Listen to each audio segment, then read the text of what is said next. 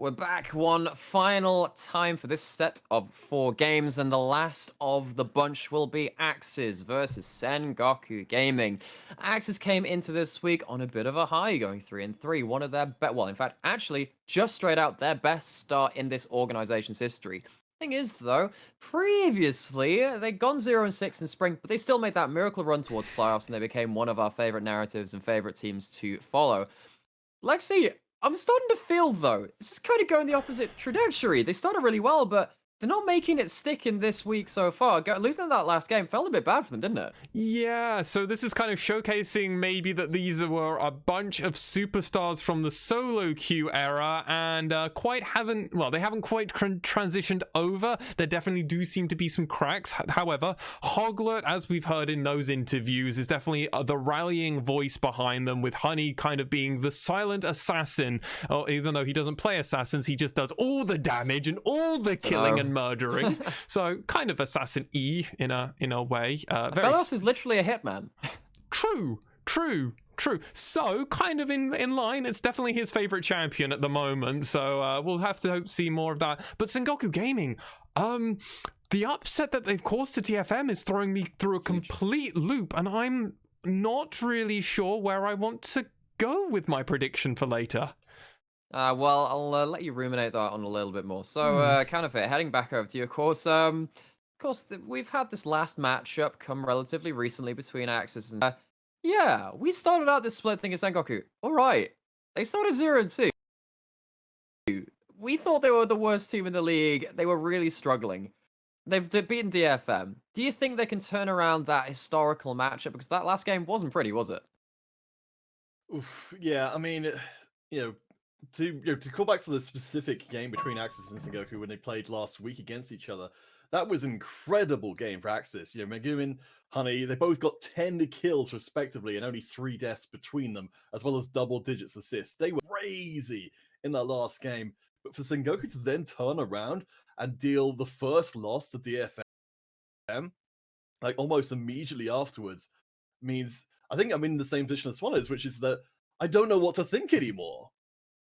Well, I guess one last thing to think of, which might change your views, might just try and point you in some of these pressure points, is where is this match going to be decided? For me, I guess, sitting back here, I'm thinking Crash versus Hoglet. That's a big one. Crash really turned up earlier. Hoglet didn't so much. Bot lane, both AD carries seem to be on form. Is this going to be a game decided around these two roles? Is there anywhere else you want to look at? And actually, do you think that these guys are going to keep those performances, or are they just too inconsistent to tell, Lexi? So I love the idea of Honey versus Gango. That's pure aggression man versus the man that has literally always been on the back foot, partly due to his team. And sadly, that does seem to be another remnant in Honey. I'm looking forward to him being on DFM one day in the future and then not having those problems. But hey, long time in the future, I hope. At the moment, though, I actually think it's going to be a huge importance actually on Megumin to have those standout performances versus Ramune, who we know used to be the best the best mid laner, not AD carry, but he probably could have been the best AD carry. Pentagram era. Exactly. So these are two players, one in their rookie debut, who's having a phenomenal performance, already beat a veteran of that era, of that being Dasher in the mid lane, and now is going against Ramune. And Ramune has had a lot of question marks around him. His first 2-week performance was very not up to scratch. Week 3 definitely started to actually get that momentum back, especially with that win. He definitely was a critical member of the team for that, but I need to see more. He wasn't the most important member of DFM. He kind of played the role and played it very well, but I want to see more from him, and Megumin might ask that from him. So, finally, after thinking through various ways this game might play out, think about the history, think about, well, the week 3 performances of these teams and these players. We're in week 4 now, we're into the second matchup. It's the grudge match, of course, because for Sengoku, they did lose that first one. Are they going to win today, though, Counterfeit? What's your prediction? Ooh, I'm still so puzzled because we've, having these two things together, AXIZ won last week. Sengoku beat DFM, the toughest match in the league, very shortly afterwards. I think, there's got to be a little bit of a recency bias towards Sengoku just for have that incredible achievement. And I think as well, for AXIZ coming off of a surprising loss just now as well. I think that's going to hit them in the morale as much as we expect them to be preparing specifically for this matchup. So I think in balance, Sengoku's achievements in the most immediate past are more impressive. So I would give the edge to them, along with AXIZ having a little bit of the Hey. downer from the previous game. All right, Gauntlet thrown. Sengoku getting the tip of the hat from Counterfeit. Both these teams sat at 3 and 4. This is the chance to leapfrog each other. Who's leapfrogging who, Lexi? No leapfrogging's happened. I'm gonna stick to my guns. I'm gonna stick to my pre-prediction before we saw all the games starting to happen. I'm not gonna get results-based orientated thinking, unlike Counterfeit here, and I'm gonna stick to my guns and go with AXIZ. I believe they can do it. Okay, some shots fired. I'll let you two hash that out, though, in Champion Select, as it's time to head over to it. Enjoy the game, guys. Oh boy, I mean, yes, you're right, Swan. You're right, Swan. I'm very short range thinking, and it's, as soon as someone wins, like they're the best team around. But I mean, this should be one hell of a match. This is the main event, I think, as far as AXIZ are concerned. I mean, for Sengoku, if they can, not only get the win against DFM, but also move forward and level the score, I think they're on through a really good showing for the rest of the weeks. Yeah, I think you're absolutely right. I think Sengoku definitely need this win to put them in a pretty reasonable spot to keep climbing. Though AXIZ, they've been very consistent. They've always been having positive weeks, and they don't want this one to be the start of maybe a trend for them. Buck this before it starts. Ban that Seraphine, get rid of maybe one of the most powerful champions currently in the game. Olaf and Renekton have been taken off of the board for Sengoku, and Sengoku Gaming have this really interesting place at the moment. They've been able to find a few wins. If they go 2-0 this week, this will set them up beautifully to go into Super Week, which is going to be 4 grueling games back to back to back to back across one long weekend. And finding these wins here, these are the small wins where if you're like, oh, well, that's kind of an upset, but like, it's only one win. These wins around here are all what matter, especially for playoffs and especially for seeding and side selection.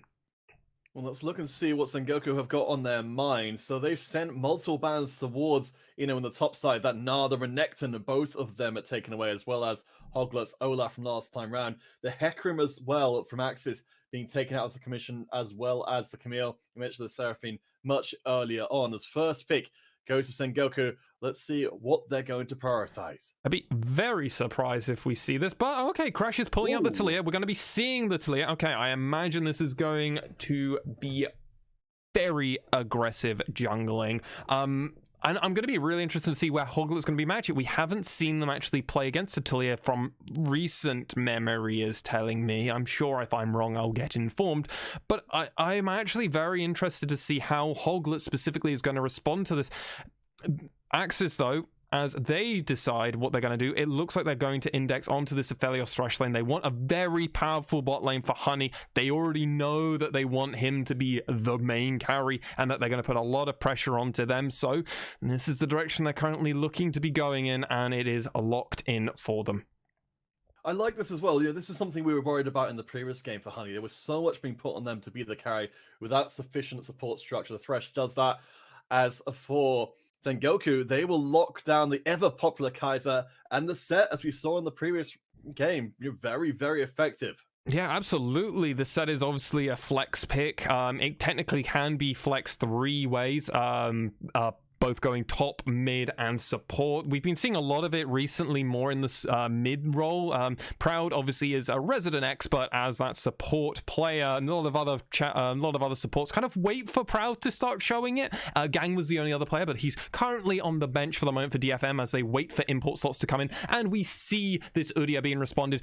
Arguably, maybe the most powerful jungler outside of arguably Olaf, who is always in contention. And Crash deciding to go for that Talia. That's a very interesting place to see.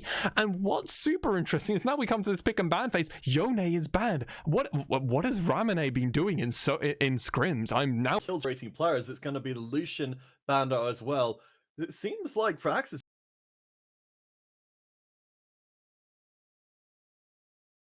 they've got something on their mind that Ramune is going to come forward. I think so far this season, Ramune hasn't broken 2 kills in any game. And I think that's the record for them. 2 kills in, I think, 1 game, 1 kill maximum in all the rest. So something different's going on here from Sengoku, at least if you're AXIZ. Yeah, absolutely. I definitely agree with you on that. There's a few different things that AXIZ can do, but one thing they might have need to think about is that Uria only has a 36% win rate versus Kaiser, and that's with almost 100 games. You are just almost flipping a bad coin of almost 33% in favor of Sengoku in just matchup dependence. However, Paz's Scion is getting picked away from him, and that Silas that we have seen from AXIZ is not going to be coming out for Megamin. Yeah, I mean, the Silas was absolutely ridiculous before, but we are moving into another situation for AXIZ where we can see that Honey is being set up to be the main damage dealer. We'll have to see what Megamin can do. We saw before, last time these two teams played last week, Megamin was a massive damage threat as the Aatrox comes in. All right, Paz going to pick up that gauntlet. Absolute favorite of Paz's, especially we saw a huge quantity of games coming from them in the past. We haven't seen a huge amount of it recently in the LJL, but it's always lovely to see it. That Azir is coming back out, and that does mean this set will be in the support role and the Azir will be in the mid lane. Interesting composition. They're giving the opportunity to Megamin for counter pick, and he just goes to match it. Actually, I'm completely wrong. This is Paz's second game playing Aatrox, so oh no, he's the second most played champion, yeah, behind Gangplank. Yeah, so I am completely right about my stat. I just misunderstood writing because I'm dyslexic, and sometimes reading is hard. Counterfeit. It is, and reading this game is going to be even harder. As you said, you know, these are two teams very well matched against each other. As you can see at the top of the screen, the same record. Oh boy. I mean, for Megamin, this is presumably going to be a better matchup than it was on the Seraphine in the last game, but it's still into the Azir. It's still on a relatively immobile mid laner who we saw that Azir can punish the heck out of. Yeah, so the fact that he decided to match there and that they want to really kind of push Hoglet with this, obviously Orianna Ball right onto the Uria allows him to get that extra speed boost. You can really run into the middle, command protect, and then obviously you can just shockwave whenever the Uria ends up getting somebody on a bear slap opportunity. This is actually going to be a very important team fight. I do believe the scaling again favors AXIZ, so they are in at least a spot. Even if they do fall behind early game, they can find their way back in where they have the Aphelios, they have an Orianna. Udia actually scales really well at the moment. Surprise, surprise, he just becomes a very tanky boy and stun locks people. It's really easy when you got a point and click stun. If you do 2 or 3 of those in a team fight, you have an opportunity to win them, surprisingly. But Talia obviously is great if you can get a lot of gold onto Gango early on, and he is probably the most aggressive player in the LJL. Kaiser wants those kills. If she gets them, it could be all over. Obviously, Paz is playing this very early game champion. He wants to get ahead early game. Great combo with Talia in this. So it's Inon might need to do some warding, because even though Sion has got good base stats, it's not going to be quite enough to keep them tanky enough. These hooks, though, from Neon. We didn't see Nemo find many of those hooks on the Nautilus last game. We're going to need to see him this game. There are a few more squishier targets. 3 of them are great. Aatrox and Set aren't ideal, but hey, it will be okay. It's going to be important, Counterfeit. There's a lot of different options here for the side of AXIZ, but I think, at least early game, AXIZ need to play careful because Sengoku could find the openings. So if we're going to, again, adjust our predictions based on what we've actually got in front of us here, you know, you were favoring AXIZ before coming into this match. Has anything you've seen in the Champ Select changed your mind? It really depends on how these first few, like 10-15 minutes go. If Sengoku and AXIZ kind of just play a farming game, it heavily favors the side of AXIZ, because that Orianna realistically has about the same kind of damage output mid to late game as Azir. Obviously, Azir does have those huge ultimates, but you can have huge shockwaves, so it's kind of neutral. I think there's a few different places. I prefer, honestly, Mr. 200 Years in a lot of spots. I just like Aphelios more in this composition. I think it works great with the bear stun. I think the Orianna Ball, you've got a lot. Though you are against a set, which I'm also very fond of because I think it's great for engaging. We saw that be hugely important on shutting down Honey specifically in the previous game on this Aphelios. So I'm gonna go Sengoku. I'm actually gonna eat my words. I can't. No, I can't. But they're so delicious. Let's get on to the Rift in just a few seconds. For AXIZ, This is a chance for them to salvage their week against Sengoku, who they beat pretty thoroughly before, thanks to strong mid and bot lane performances. But this could be a different Sengoku Gaming off of their biggest win all season. All they've got to do now is carry that momentum forward. I can't do it, Counterfeit. I couldn't do it. I've got AXIZ blood throwing through me, and I need to believe that they can find the opportunity. Phase Rush over on this set has become incredibly common. You don't take the tanky runes. You don't take anything else. You just go because you want to Phase Rush. You just want to gotta go fast. That's how we saw Proud play in the previous game. NT totally agrees. Outside of that, is there anything that I think is ridiculous? Phase Rush.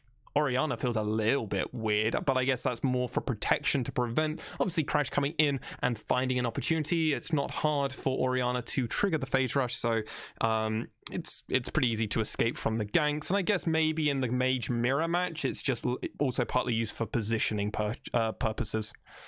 We know, of course, the Orianna can trade with those empowered auto attacks. Sengoku make an early move in. Hoglet doesn't see this one coming at all. There's no bot lane to help them. Instant flash across. Hoglet is going to get burned to pieces. First blood before we've even hit 2 minutes. Oh dear. Is this the early game you were hoping for? Nope. No, they threw the AXIZ side threw a ward down to protect the red side, but they didn't throw a ward down to protect blue side. Now they're getting they're getting invaded on this, and the problem is that ward that is on that red side, it's not going to be standing there for long enough. They have no vision on the side of Sengoku Gaming, and Crash is probably going to just control the rest of this game, or at least this early game, for the next foreseeable future. It's going to be really hard for Hoglet. He is playing the Odia, who has a very strong clear speed, but you do rely on getting the double buffs to kind of get you those experience goals and actually hitting those caps.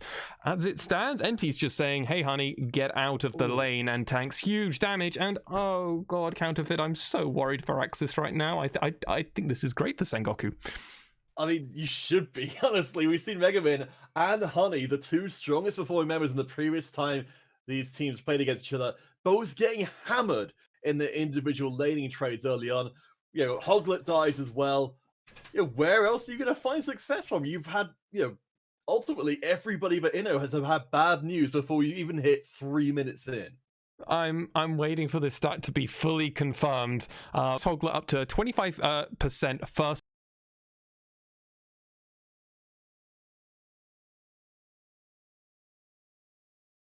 blood victim across 8 games. That is atrocious. It is tied with other very big names in the LJL. That being Arya and Ebby, who love to fight more than anybody else in the region. Speaking of fighting, I can now confirm that every lane for AXIZ has now had horrible trades forced upon them by Sengoku as Paz clobbers Inno in that last trade. So it's bad news in top. It's bad news in mid. It's somewhat bad news in bottom as well. Again, it's been so early on that Hoglet's going to try and salvage here by catching NT out. The opportunity is here. Catches them, forces out. There's the play. Beautifully done. And I think Hoglet locks down the first kill for AXIZ. That's extremely nice. Gango, it's looked like they're going to be tower dome as well. There's a stun, instantly going to be cleansed away. Teleport coming in as Gango is pulled back out. The dark passage. Honey! He's Honey right in the middle. You have to get the kill here because they are dead no matter what happens, and they can't quite do it. Hoglet, you baited and outsmarted your own teammates. That was, oh, what a mess. Your greed got you more. I think part of the oh, God, Inon, please don't die while I'm talking. Thank you. I need to catch my thoughts. But what we saw, part of this problem as we come into this replay, watch Nimon's flash just go out. This is not a confidence move. He can do it. He can do it. He didn't need to flash there. If he didn't use the flash there, he could have used the flash when they're looking to do this dive onto Gango. Look at this. He could have flashed immediately, landed the hook, landed the flay, and it would have been all she wrote. Gango wouldn't have got away. This teleport looks really janky from the side of Sengoku, but it doesn't matter. Honey gets completely left alone. Multiple members come in, try to clean up, and Gango actually is successful in getting the kill on Honey. And now Honey, who is our resident farming expert, this is the man who is almost always getting Chovy levels of farm. I know I'm saying Chovy, and I actually mean it with this one. He's a phenomenal CSer. He's always up there in the gold graphs, but he might be put in a precarious position. Thankfully, because of the wave state and because of how the wave state was managed, it's actually still pushing into him. So Honey, you got killed. You got only an assist through all of that, but you're able to at least get the CS. So consolation prize, buddy. Consolation prize. So 1k advantage for Sengoku in the first 5 minutes. The CS, even with Ramone teleporting it to the bottom lane rather than the mid, they're still ahead of Lagoon by a serious amount. These trades have not been going well for the Orianna before. This is getting really, really serious vibes from the previous game where they just got completely shut down by the opposing mid laner and couldn't do anything. Yeah, this is almost like 10%, well, it's about 10% of the gold lead is currently just over on Sengoku because of how little gold these two teams have at the moment. The bot lane is still level 3 Counterfeit. Members of both NT is just 3, and it's causing concern for them. Ramone is out now, hit 6, as his Paz, and it looks like Hoglet is here, but they don't know that Crash is down here. Are they going to try and find anything? No. Dragon is up. It is a Cloud Drake, so it's not the most important Dragon to fight over, but these two teams, there is objectives up. Sion is looking to go down, and they are just kind of prepping and everything, and NT was looking, but sadly wasn't going to get anything. Creep block is real. Yeah, AXIZ, you can see the 3v3 presented for them as Crash will get themselves into a little bit of an aggressive position here and take down the Vision Ward.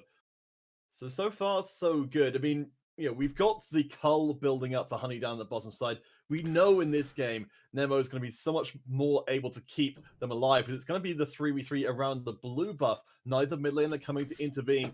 We can see there already a lot of damage being done. The blue buff resets, so we keep on this fight going.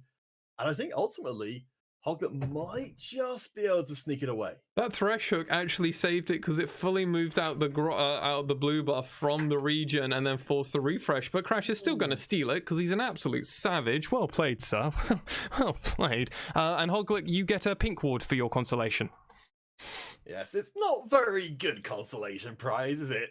And Sengoku, yeah, they've got the goal lead. Now they're going to get the objective lead as well. So they've got themselves the first Drake Ocean are going to be coming up next. Look in this mid lane. Look how uneven this fight has been. Yeah, and this is just kind of performance. Ramone has always been a very, very, very strong laner.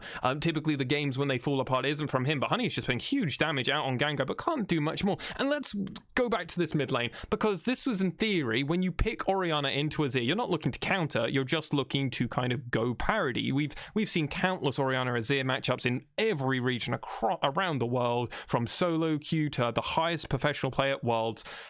You're meant to go even. This is how this fight is meant to work. It all comes back to playing around the team fights. These are two team fight oriented comps, so it's like, okay, we just wait. You shouldn't be having this much disparity, especially when the mid laner from Sengoku teleported down, spent time outside of the lane. You shouldn't be falling behind. Ramone's been playing this lane beautifully, and Megamin is showing some of the rookie problems at the moment. Rifthold being locked down, which would cause further problems for AXIZ. That gold lead just going to keep on getting bigger. You see, they're just hiding under their tower. They've learned to respect the power of the Aatrox in the 1v1. We can see already, the Aatrox has already got the phage complete. He's already a pretty beefy boy in case shenanigans do break out. Yeah, absolutely. And with that being said, Inon is going to lose this early game. Sion's whole idea is just to prevent Paz from doing anything and everything. If he can prevent the turret platings going down, if he can prevent Aatrox actually having the early game of pressure, the early game domination that we have seen from Aatroxes all around the world. I'm thinking specifically over here of Vietnam, the VCS, and I'm thinking of the LPL here, as that's where the most dominant Aatroxes really kind of reside. But it is important to note that we have got some great Aatrox players. We've seen Paz do incredible things here. I'm also thinking of specifically Abby, who has done dirty things, as well as Ray Focky. We've got the play. There's we go. The cleanse is going to be pushed through with double crowd control. But we've got NT with that absolutely massive shield. Honey has got a ton of damage, as it's going to be a nice setup play from AXIZ, while they aren't rewarded with the actual kills, they are showing some of this combo promise down the bottom lane. Yeah, and part of that was just the mismanagement from Sengoku Gaming. They were kind of a bit in and out. The AXIZ did find the hook, did find the opportunity, weren't able to capitalize on it, but Sengoku bit off a bit more than they could chew. And specifically, Honey was pretty much left alone throughout that whole skirmish that we saw. Megamin, though. Okay, gonna get shockwaved up, a little bit of revenge for the mid laner, but Crash is the first one to the party. And Hoglet is nowhere nearby. The Herald will be shoved right into the mid lane. Please go back, Megamin. Okay. Okay. Are we okay? Mune does still have full mana. I think they have got the ultimate available, but Hoglet's there to make sure the tower itself doesn't fall. I was so worried that Crash was just going to go fishing for Megamin at some point. I guess part of the problem there for them is that Ramune is a turret shot and one ability from Orianna. I think Command Bull would have actually just killed him with a turret shot. You don't want to do those risks. That was more of a calculated decision. Hey, let's just get the turret plates over. Let's get the free platings while we can get it down. We don't need to get this turret down at this point in time, but this gives us priority. We've got the dragon, we got the Rift Herald, Ocean Dragon's coming up in 1 minute 30, and this is an opportunity for us to maybe look and try and find a pick, because if we get this pick, we get the dragon, we could look to maybe also get this mid turret. All right, Swanee, let's talk numbers. All right. We've gone from a 1k advantage at 5 minutes to now 2k at 11 minutes. This isn't the massive snowball that we maybe could have expected based on how things were going earlier. No, this is exactly what AXIZ were hopeful if there was a lead from Sengoku in the early game. They needed it to be kind of more of a bleed, more of a slow bleed that they can kind of patch up and then actually move forward in an effective way. Paz hasn't got ahead. He has got, though, a huge CS lead over Inon in this top lane. And the amount of it now is almost adding to a kill and a half at this point, which is not the place as AXIZ want to be. But this Scion hasn't died, has been able to farm, has been able to stay in the experience region. But NT and Crash are looking for something here, it looks like. Yeah, Honey, with all the attention in the world, nice escape there using the Dark Passage, and this is so different from the previous game with the Nautilus, the Thresh, the escape vector for the squad as Crash gets caught with the hook, go across the wall. Look at that damage from Honey! TP is coming in though, so Honey needs to be incredibly careful. Hoglet will fall down as Honey goes right into the squad. It's going to try and make it work. It's so low, but can't finish the job onto Gango. The Shockwave only catches one. This could be a disaster. Gango can't get across the wall, but doesn't need to because they're just going to delete the Orianna instead. Disaster for AXIZ. Look at those health bars. It was so close. It was so close, yet so far. The coordination from the side of Sengoku Gaming was far too strong for AXIZ, even with Crash going down before he could do seemingly anything. Let's go into this replay. So this was really well played. I absolutely love the fact that they immediately knew how to respond to these problems. And then they rotate. They're like, okay, well, we know what they're going to try and do here. Our jungler's here, so we've got someone to match them as well. We land a hook. This is great. 200 years. So much damage comes out. But NT takes Hoglet right into the middle. And yeah, he's able to get some damage onto Gango, but it's not going to be enough. And now that the side of the AXIZ is just kind of very disjointed. You've got Nihon, you've got the Nemo just getting picked apart by Paz. Then you've got the side, they're like, oh, let's get Gango. Megamin, you don't actually have the damage. You didn't have a lot of mana. And now Inon just looks a little bit timid at the end of it. I think if AXIZ had responded faster to the play coming from the side of Sengoku, there's absolutely a damn good opportunity they could have won that dragon. But as it stands, Sengoku were just faster. They rotated better and they communicated more effectively, and the dragon goes to them. Oh, and a few kills as well. Ugh, not looking good for AXIZ, and this is giving the Aatrox a little bit more momentum. Paz now has a kill, and Gango, who I said in pick and ban phase, you need to make sure he doesn't get those early game kills. You don't want the Kai'Sa that we have seen in the all around the world, rather, getting that scaling options, getting that Gale Force, getting so much that, and look at the damage that's coming out. She is ahead as well. Oh, Sengoku are very much finding their edges. Oh boy, yeah, I mean, it's bad to worse news here. As we see Megumin constantly being threatened, flashing away from merely the possibility Didn't even of do an it. Emperor's Divine. What a savage. He's able to just predict it and go, oh, I'm too scared now. And you can't be making mistakes like that. Now that Flash is down, he can do the exact same thing and just kill you, and you don't even have the Flash to try and preempt it again. We do have AXIZ moving towards the Herald, but they're going to be too late to... No, they won't be too late to stop it being taken. They may be able to hold out until the buff despawns. No, there's a catch in from Enti. Does manage to get the double catch. And Sengoku go charging further in. Again, the Siren is a little late to the fight as we can see Megumi and Hoglet, the ones left standing nice, use the stasis from Ramon to not get shockwaved. And it's not even a little bit close. AXIZ are just getting demolished here. And it's not even a single kill traded back in exchange for the whole freaking team. A huge issue in that fight is the fact that, well, in all credit where credit is worth, and he found the best ultimate possible, was able to be transported right into the middle of the rest of the team, and then was able to do huge damage onto specifically Honey. They found the pick on Honey, and that whole fight from AXIZ was done without Honey doing any damage. That was so well played by all of the members of Sengoku Gaming. I can't wait to come into this. So see here, Hoglet is leading the charge as he should be. Megaman is coming around the side and meeting them, but they don't do it fast enough. Honey is right into the middle, and look at where Enti is. He's like, oh, that's great, showstopper. Gango gets to jump right into the back, and then there's huge damage. Honey's just dead before he can do anything. The Thresh also dies before anything, and now it's just like, oh, Shurima shuffle, Ramane's just controlling. Missed sadly the shockwave because of the Zonya, and so much happens. This was Sengoku asking AXIZ, can you give us the perfect team fight? And they executed it flawlessly. 15-minute ace. Sengoku looked to be in the driver's seat. Oh my gosh. So they've got a 4-kill jungler in Crash. They've got a 4-kill Gango down on the bottom lane on the Kaiser. This is just ludicrously strong stuff. For Ramune, they've not gotten a kill for themselves so far, but they've set up 6 of them for the squad. That gold leader that had been slowly drifting up for Sengoku Gaming seems to be turning very quickly into an avalanche, and only 2 kills so far for AXIZ. This just doesn't seem like it's a game which is going to be back under control anytime soon. We've got the Frostfire Gauntlet coming out for Inon here, and Inon has been on that island this whole game. His team have forgotten about this Scion. He was doing perfectly until, sadly, the last 2 team fights haven't worked. AXIZ are looking to try and collapse, but at the same time, Inon is getting collapsed himself. Yep, getting absolutely clapped, but Paz might be about to stop the same fate. 1 versus 4. There's the hook, there's the combo. There is going to be a whole lot of healing, but it's not going to be enough. So it's a trade of kills. Honey finally gets one back for themselves, but while this is going on, Sengoku Gaming, they're tearing through towers. I think they've got the bottom, they've got the tier 2 in the mid as well. It's 3 towers shortly, 4-0.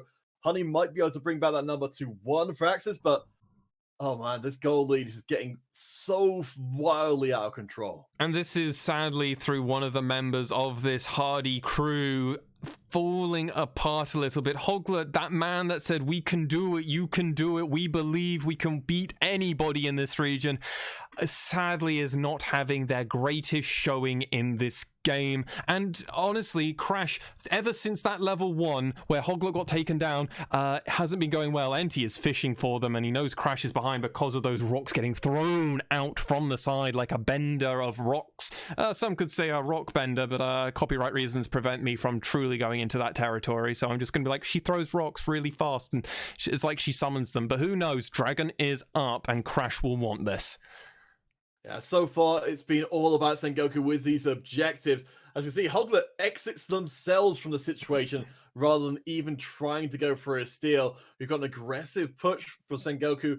There's still the tier 2s in top and bottom to be taken. We can see the AXIZ, they're spread across all 3 lanes. They're not concentrated anywhere. But there's also nowhere to really pick up anything. Bot lane is in a weird state where they can't find anything. Hoglet does get pushed back, but it's not going to be enough. He has got turtle stance there. He is going to be of the turtle and protect himself.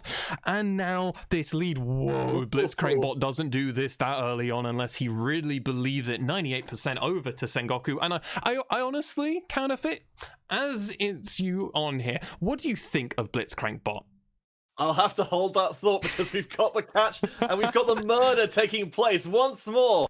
This is looking like it's going to be an absolutely atrocious week here from AXIZ. They just get demolished once again, and I think the bots got it right. I mean, it's, based on what we've seen so far, we're so close to having the Infernal Soul completed in a game where AXIZ can't win team fights as it stands. Once that soul comes in, it just gets worse for them. and so early on into the game. It really has, and it's less than 5 minutes away, counting down. I would be surprised if Sengoku do anything to risk that, and I doubt they will. They have been known to play with they could do this. This is something we need to be aware of. We can't do this. There is no opportunity for AXIZ to get there, not even with 3 to 4 members getting there. They can't sneak it. Honey's nowhere near strong enough, and the fact of this is Sengoku know this. They've got the pink ward there, and they're going to be like, hey guys, we can just push. Let's try and find one of these waves. I would honestly like them setting up this top wave so it's slightly pushing in at the very beginning of when this dragon comes up, and I would love them to be doing a hard push into the spot lane, get it through, get this outer turret out of the way, and let's just find it. Paz has currently gone down to the spot side, so they are kind of doing what I was thinking, but they need to plan this in for another minute or two. This Baron, it's an objective, but I doubt Sengoku will go for it unless they find a pick onto Hoglet. And let's talk about Hoglet a little bit, because Hoglet, he had such a bad early game. That level 1 invade basically shut him down out of this game, and since then he hasn't had an opportunity back in. No, it's been a very disappointing week for them. It feels like they've been positioned to be kind of a secondary hitting force for the squad, but instead they've been left in the dark as nice hook lands on it, and is here already incredibly low, deleted by Honey. This is what AXIZ were hoping for. There's the catch. Enti will be taken out as well. The heal just about keeping them alive as Gango comes back in. There's tons of damage. They cannot be denied. The blast cone will get AXIZ away from the edge there, but oh my gosh, it was such a good start, but the ending, well, that was all Gango. That was all Gango. Paz was able to also get huge heals out there with the Gore Drinker, doing so much more healing than it's really worth. And that was the final fight from AXIZ. It began so perfectly. They got a beautiful pick onto Ramune. Uncharacteristic mistake from this player, really, if you look at how well they've been playing this game. But it doesn't matter. They are able to still get this Baron, and Ramune, importantly, also gets it. 4 members have Baron as we come into this play. Beautiful hook and play from the side of here. And then what you see is the problem is, well, Paz is kind of not able to do anything. Enti goes into the middle, and then the 2 top laners are smashing each other. Gango and Crash are finding the zoning ability. Paz is just kind of preventing Inon. Inon gets away on actually -3 HP, I believe, so lucky for them. But hey, Sion is a very tanky boy and doesn't want to die. Gango, you monster in that last team fight. And oh, Counterfeit, they just got Baron. They've got Baron buff for 2 minutes, and Dragon's gonna be up in a minute. Swan, for me, this feels like this is exemplifying what it means to have a multi-threat team versus a single-threat team, which is that in that last fight, AXIZ, they deleted one of the Sengoku players. It didn't matter, because ultimately, that wasn't even one of the 2 carry players, Crash and Gango, getting deleted in the first place. So all of that gold, all of that power was still in the fight. And for AXIZ, as soon as Honey goes down, they got nothing. As another fight is breaking out, this will be Infernal Soul. Here comes the play, the Weaver's Wall to cut the fight in half. Crash is cut themselves off the rest of the team. It's going to be pretty tight as AXIZ try and retreat here. No casualties so far, retreating back towards the Baron, which is no longer there. 15 seconds remain. The tower has been dropped. For AXIZ, they need to pull off a miracle here, but they seem to be in short supply so far. Currently, Sengoku do have this wherever control. They fully pushed AXIZ out of the river, and now they're looking for something. Hoglet already used that smite, so he has got another smite open, but if he uses it for any reason, specifically to try and get that speed boost, it's going to be doing it. But Crash is taking this dragon so low, and it's gone. AXIZ, they've lost the Infernal Soul. Now they have to take the fight with an Infernal Soul enhanced team, which means this fight's going to be very short indeed. Hoglet deleted. Nemo tried to crawl away from the fight again. It wasn't a close fight when they didn't have the Infernal Soul. It's sure as hell not going to be a close fight now. This has been an absolute massacre. Sengoku Gaming, they have evened the numbers here against AXIZ, and they have done it in style. The reason NT is one of the few players since they debuted to always be in a top 3 team is because of the ultimates that come out of this machine of a man. NT single-handedly threw all of the members of AXIZ into his teammates, and I'm so looking forward to coming out of this. Look at where NT is zoning throughout all of this. He comes around, and look at AXIZ. They're like, we've got vision, now we don't have vision. Okay, now we've got vision on NT. and then goes into the middle of them. Watch this showstopper. Everybody's together except for the Thresh. They're fine with that. Combos be damned. You're already all dead. I'm sorry for all of you, AXIZ. NT wanted and he got it. His team are incredibly strong now, and this has been honestly the Sengoku show from minute number 1. I mean, yeah, it's just been absolutely brutal. I definitely have to shout out, as you mentioned, NT. These face breakers so far have been incredibly clutch. We saw that AXIZ just couldn't deal with it in their previous game. They can't deal with it in this game either. Their positioning, it's just leading to these multi-person crowd control. They can't protect Honey. They can't do anything. As we see, Gango is so strong, they will go 1 versus many. But NT's there to pick up on the wet side. Nice use of the ult to avoid getting caught, but it's still, I think, at this point, a formality for Sengoku Gaming. Yeah, they're just kind of going through the motions. We love to use the terminology that it's already said and done. It's a formality at this point, if I may use some Nightmare terminology there. And they have to just do what they're doing. They're currently just bullying all the members of AXIZ. Look at the 3-level disparity between these top laners. What can you do at this point? They have an Infernal Soul. They have more damage than they should really ever have. And the fact that they're so far ahead, the fact that it's on like a hyper carry, like a Kai'Sa, it doesn't matter what Honey can try and do in these team fights. Hoglet is going to perish just because Crash looked at him funny. I mean, this is not the tanky Udyr in what we might laughably call the late game that we were promised. Instead, it's an opened up inhibitor pressure on multiple lanes. As Ramune is up there with Crash, putting the last bit of attention across to the tower. It's very quickly going to be 2 inhibitors laid bare for AXIZ. They, whatever promise of a late game they hope to achieve, it's being swept away. Inhibitor in the mid is already down. Inhibitor in the bottom is gone. There's only one left. This is the play for AXIZ. They're trying to make the catch. They do manage to get a hold of NT, bring them back into the base. And I have to think delete them. Where's that last bit of damage? You've got to be kidding me. 200 years isn't long enough anymore. Oh, it is. Hoglet gets the last reach, but I mean, this has been AXIZ both games today. They've expended enormous resources just to get a single kill, while the opposing team are wiping them out for nothing. Yeah, and I love how AXIZ, I love how rather Sengoku have set this up. Look at what they did. They decided not to take out that top lane turret. Ramune absolutely could have brute forced Megamin off of this. They could have asked for assistance from the team. They didn't need to, because guess what objective is coming up in 20 seconds? You don't want the enemy team to be focused around the top side. You want them to be focused around the bot side and the mid side. You want them to be as far away within reason of doing this. That's why 4 members went to the bot side. They grouped up, pushed in, and then didn't allow any of the members of AXIZ to even respond to this. Paz is looking for Inon, and he has got his teleportation. So this is going to be an awkward fight for the top laners, but it looks like it's going to be for naught. We know that, at this point, at least Paz and they're more or less even, whereas everybody else is going wildly out of control. It was 10 kills on both Megamin and Honey last time these two teams faced each other. Now it's Gango who's in those lofty heights, and for AXIZ, they've got nobody who can remotely compete with those kind of numbers. No, absolutely not. They are looking for a miracle. They need to sharpen their horns rather quickly if they're going to be finding anything. NT avoids getting hooked there, which means there's no pick play to be made. As in from the side comes Paz. This might be a mistake. The shockwave used just for one, but I think this is going to be traded across for the Baron itself. Hoglet survives as we got assistance coming in, and it's a AXIZ committing all their resources to try and get a single kill. Sengoku, they get the Baron in trade, ultimately for nothing. No, and Paz is already healed up to 2/3 health, so absolutely nothing lost from the side of Sengoku, and they're already teleporting back in onto their base. Weavers will cut off the team from their own turrets. No. Sengoku looking for the finishing touches here as Ino drops down into passive form.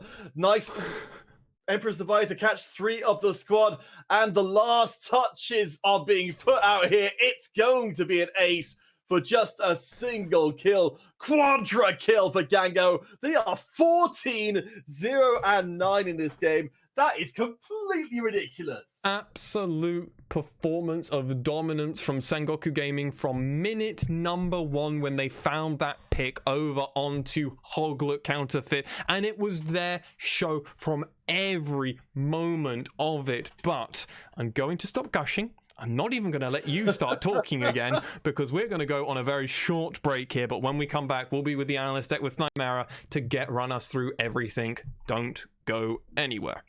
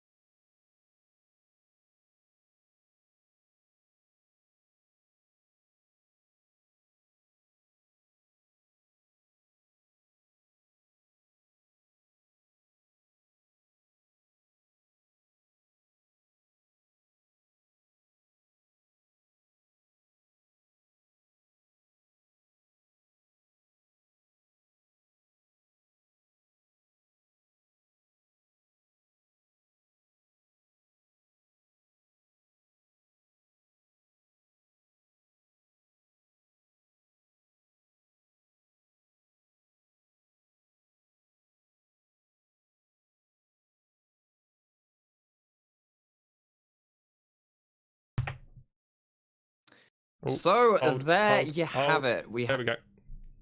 So there we have it. We finally have our 4 games of today complete. It has ended out with Sengoku smashing, demolishing, busting their way through this game, and AXIZ unfortunately now falling through to a 0-2 week for them.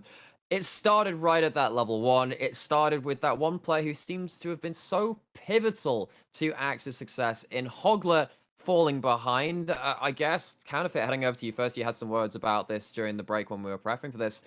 How important was it that Hoglet was put behind, and then honestly just Sengoku using that as a platform to just clobber the early game, as you said? I mean, yeah, we saw in the previous game, Hoglet was so often behind the play, and when you add on to that being removed from the map entirely, then you're just, you're really sort of playing into the problems I think that Axis do have with their, with their jungler, just trying to get them in the right position at the right time. Mm. You follow that on with what then become losing lanes everywhere. Eventually, it happened that it's like, oh, what's the plan here exactly? It just seems to be to fall incredibly far behind and then get slaughtered. Get slaughtered, fall behind, fall to a 0-2 week. Oof, that's probably not one that I think maybe go back to the drawing board. Maybe have some more blue sky thinking. I'm not liking that plan particularly much right there. But of course, early game aside, there was a point where it wasn't just gold leads. It was kind of just being styled on by Sengoku. So I think particularly, I know that Alexa, you touched on like the mid lane match in terms of wanting to see a bit more from Ramune and Megamin being one of these strong contenders. It felt like there wasn't really much they could do. It felt like it was more on the junglers being so mismatched after that early game, and then also just these AD carries. Honey looking dangerous, but not anything close to the absolute performance that Gango put out, don't you think? Absolutely. I think these two mid laners did exactly what they needed to do, which was farm. Credit though to Ramune, who definitely forced at least a kill's worth of gold out of the pocket of Megumin, who just was down about a kill and a half worth of gold when they started doing these team fights. 14 CS, remember, ladies and gentlemen, is a kill, and Ramune definitely had more than that over Megumin. So coming into some of these mid-game team fights, there was just that added kind of power in the pocket, and absolutely, these junglers, Crash specifically, was controlling the tempo of this game, and we knew him as an aggressive jungler, and he definitely brought the tempo. However, the MVP in this game for Sengoku is Gango. He was relentless. Any opportunity he could, he would jump in. That Predator, he was like, I landed a mark. I must go now. My people need me. And then was over there in the middle of a team fight. Even when it wasn't looking great, he was just there. It was amazing. Yeah. And speaking of Gango, he went back to Comfort this week. So he played Kalista earlier and he played Kai'Sa now. Both of them, because he played one game apiece, showing fairness, no favoritism there. Both of them are tied for his most played champion of all time, now going up to 16 games on both those champions. I think he's only got a 50% win rate on the Kalista and even slightly less on that on the Kai'Sa. It doesn't matter. When he pops off, he pops off. Ended up with a quadra at the end of the game too, but it wasn't just that. I guess, like, we can talk about that Herald, that Herald Ace, not Herald, the Herald Ace that came around about Herald? 15 minutes. That was the first huge fight of the game where it felt like, honestly, AXIZ had, like many times in this game, just kind of overcommitted, not really saw their plan through in a correct way, and they just fell apart at the seams. Counterfeit, what did you make of Sengoku pouncing on these opportunities, particularly around that Herald? Oh boy, I mean, if anything, I feel like they, the whole game through, Sengoku just kind of put enough in the sights of Axis to try and persuade them to go for a fight, which they shouldn't be doing. Ooh, piece of candy. Exactly, it was delicious piece of candy. Unfortunately, it was the tougher candy. I think that maybe they had counted on most of the time, and I think it's masterfully done from Sengoku to say, like, okay, this is a game in which you'd expect Axis would really just concede as much ground as possible because they are really far behind. But they still managed to persuade Axis to take fights with them by saying, you can make a pick. You love making picks, right? Here's one just for you. And they tried that time and time again, and they committed so many resources. You shouted that out multiple times in that game, saying like, AXIZ, what are you doing? Why are you going this hard for a kill? And it happened again and again. And I get that you have to participate in a game to end up winning it. I understand that. Just maybe has to be a little bit more wise in where you're committing to, particularly because then you have a fight around red buff of all things at around about 21 minutes where Sengoku just straight up smash AXIZ. And this is the kind of point where we have about 2 team fights in a row where NT goes absolute man mode. Between this and then the Infernal Soul fight after, it felt like honestly Sengoku had just had all their pieces at the right time in the right place, and they just kind of ran through AXIZ. So Lexi, going through those 2 fights, that red buff and then into the Baron, into the Infernal Soul fight, that was pretty much the end of the game, right? Oh, absolutely. The red buff fight was actually a really important and critical moment around it, because Sengoku are able to just force AXIZ to keep walking into them for no reason. Let's be clear here. For no reason. AXIZ just have no vision, they have no respect, and they just keep blindly going in like lemmings, and they sadly fell apart. What I really do want to highlight, though, is the man that you mentioned. It's NT. He went absolutely berserk. I think I went crazy, and noises came out my mouth that I don't really think I could ever replicate if I tried, but he got me squealing like a little schoolgirl with some of those ultimates on set, and honestly, credit where it's due. He picked apart single-handedly the side of AXIZ. But AXIZ's big problem in this game, and it's something I'm very interested in watching over this game again later, is because they kept rotating after Sengoku. It's like Sengoku were like, we're here, and then AXIZ were like, well, I guess we join you. It's like, you don't have like to what just... Counterfeit was saying about Hogla in terms of the gangs and stuff. Does that apply to the whole team, do you think? I would argue whoever's making the definitive calls is was letting them go down with the Titanic. They were all going down together. Everyone was not safe. Which at least from a coaching perspective, you can at least look of like, well, the team is on the same page. If someone makes a call, they're there to go. Sadly, though, for AXIZ in this circumstance, they were far too far behind. They were trying. I like to see a team that tries, but it wasn't going to be enough. And someone who really tried and will feel pretty awful after this week because of their performance is probably Honey, right? Honey was dangerous in both of these games. So good. And didn't really manage to make anything stick. That's just the nature of the game. Sometimes it is a team game. And yeah, unfortunately, Honey's performance could not carry AXIZ to any wins this week. They have finished now at 0-2. On the other side, Sengoku doing the opposite. 2-0, coming to a huge performance. I mean, I'm opening up the floor now to both you guys. How does this really feel for the overall picture of the LJL, how things are moving, the different trajectories, and how should both of these teams feel going into Super Week? My lord, I insist, my lord. All right, well, if you insist. Thank you. mean, this is the big week, I think, to get on the hype train before it really leaves the station. You got be the only team to get the win against the top team.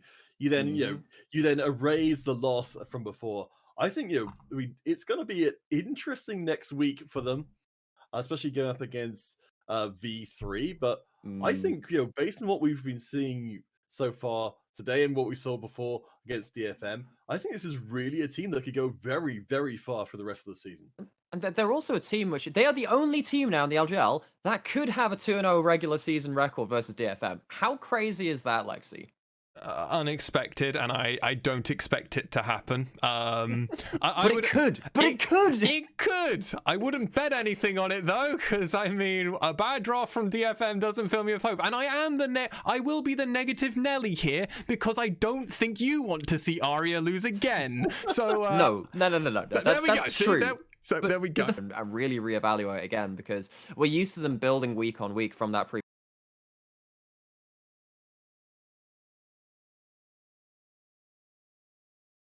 roster, and they're not really doing that in this current iteration. So I guess for them, maybe back to the drawing board. Pete, do you have any suggestions for what they could be doing? Is it a draft thing? Is it more what Lexi was saying in terms of like just the fundamentals of how they're rotating? What's up with AXIZ right now? I think it's really hard to say. I think we've been kind of hitting this a few times that it feels like Honey, as good as they have been playing, are not capable of carrying the entire team by themselves. I'd really like to see somebody else from the rest of the roster really step into like a secondary carry role. I mean, we see Megamin can do it. So maybe get Megamin off of the utility, get him back onto an Azir or something. Yeah, just anything really. Like right now, not as Azir though. Anyone. Not Azir or Megamin though. The thing is, Inno can carry, Megamin can carry. They can do it if they're put on the picks. They're just not being allowed to. not being allowed to. Of course, that's bans. That's trying to get a certain draft in mind. Either way, it didn't work out for AXIZ. On the other side, Sengoku really should be proud of themselves, and they have every right to be. They took down DFM in what fashion they did too. So with that all said and done, going to retire us from this desk and this broadcast for today. We will be back with the other 4 matches of this week of LJL Spring Action, which of course will be V3 versus CGA, Rascal Jester once again versus CGA. Rascal Jester then coming back to face the Fukuoka SoftBank Hawks Gaming and then Bank Hawks Gaming. So